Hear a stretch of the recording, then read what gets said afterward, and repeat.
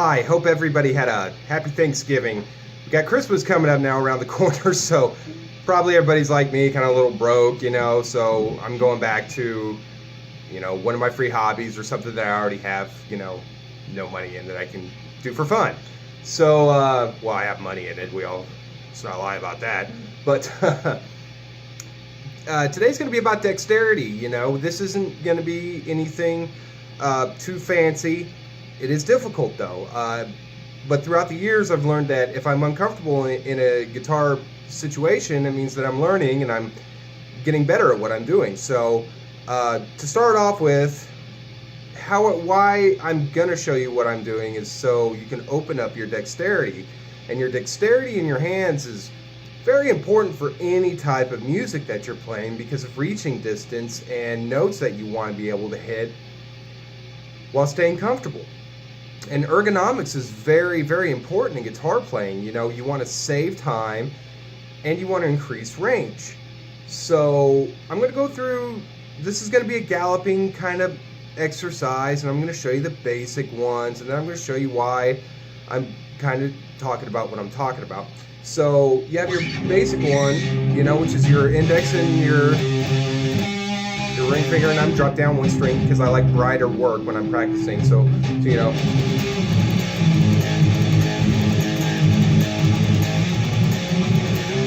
easy. So then you have your kind of claw style, which is your index finger and your pinky. So this one, same thing.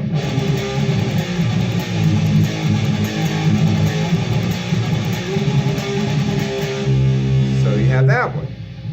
Now I'm going to go into kind of a different one, which is where you take your ring finger and your pinky and you make the same thing. So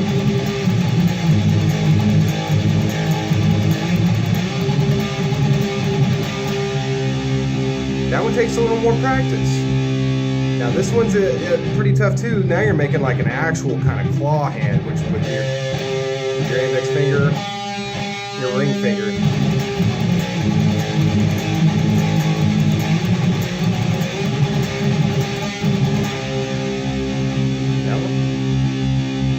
Now this one's the most difficult of the shaping that I do, which is actually your ring finger and your pinky. So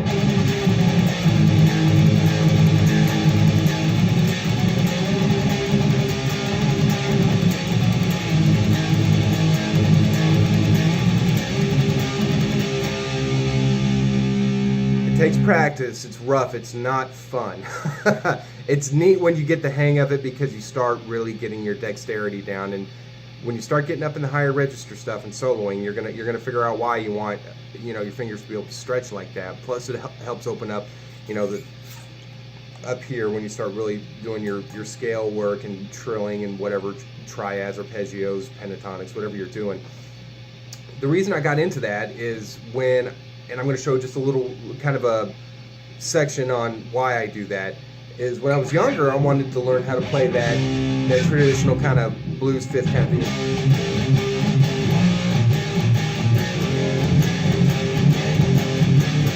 So there your blues, you got the rock, and then rock, you got the metal, So I'm going to show you why I do that, and it's so I can stay open up here and I can hit other notes and make it a lot more in betweens, because let's face it, the standard stuff is just not as fun, or it is, but you got to get outside of that if you're going to make your mark. And this is what I use and why I use it. If you're up here, see, I'm making it. I've got it, and then I'm making it. So.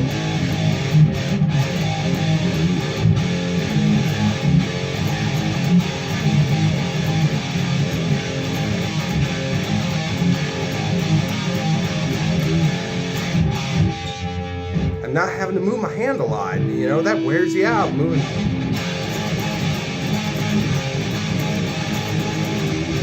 You don't have to, and it may not wear you out or not, but I like to be where I can, less movement, and the same thing, and hit more notes. I'm gonna do it. It's efficiency. So.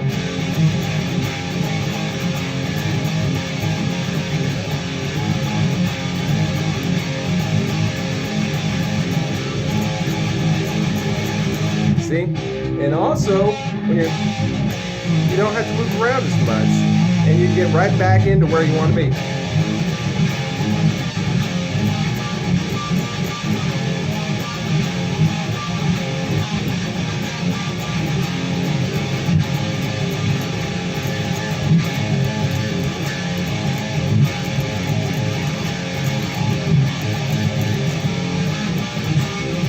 So it's helpful. That I want to let sit for a minute is definitely start opening up your hands. That's what's making me a better guitar player as I get older and going further down the line. I'm not going to be a compartmentalized guitar player my entire life where I pick up the guitar and I'm 65 or 70 and I'm playing the same thing I was when I was 20 or whenever I peaked.